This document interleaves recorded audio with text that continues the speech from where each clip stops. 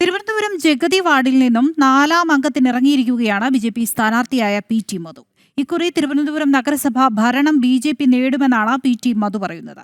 അവസാനവട്ട പ്രചാരണത്തിൽ സജീവമായിരിക്കുന്ന പി.ടി. മധുവിനൊപ്പം ഞങ്ങളുടെ പ്രതിനിധി പ്രജിത് മോഹനൻ ചേരുന്നു. തിരുവനന്തപുരത്ത് ജഗതി വാർഡിൽ നിന്നും 3 തവണ കൗൺസിലറായി വിജയിച്ച് 4ാമതും അംഗത്തിനിറങ്ങുന്ന പി.ടി. മധുവിനൊപ്പമാണ്. അദ്ദേഹത്തിന്റെ പ്രചാരണ സ്ഥലത്തു നിന്നാണ് ഇപ്പോൾ ജനം TV ചേരുന്നത്. നമുക്ക് അദ്ദേഹത്തോട് തന്നെ ഈ 4ാം അംഗത്തിനിറങ്ങുമ്പോൾ എന്തൊക്കെയാണ് പ്രതീക്ഷകൾ എന്നടക്കമുള്ള കാര്യങ്ങൾ കാണാം.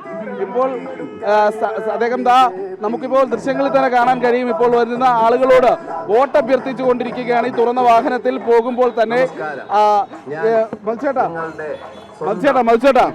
4ാമത്തെ അംഗത്തിനാണ് ഇറങ്ങുന്നത്. ഒരു റെക്കോർഡാണ് തിരുവനന്തപുരത്ത് ജഗതിയില്. എങ്ങനെയാണ് ജനങ്ങളുടെ ഒരു പ്രതികരണം? പൂർണ്ണമായിട്ടും ജയം ഉറപ്പാണ്.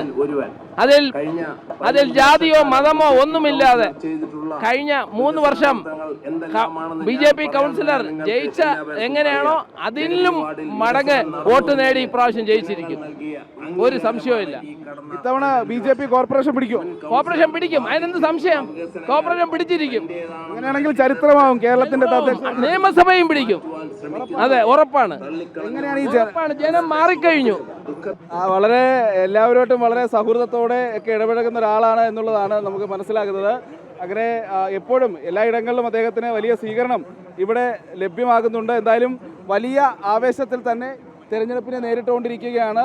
ജയസാധ്യത പൂർണ്ണമായും ജയമുണ്ട്. അതോടൊപ്പം തന്നെ തിരുവനന്തപുരം കോർപ്പറേഷൻ ബി.ജെ.പി. പിടിക്കും.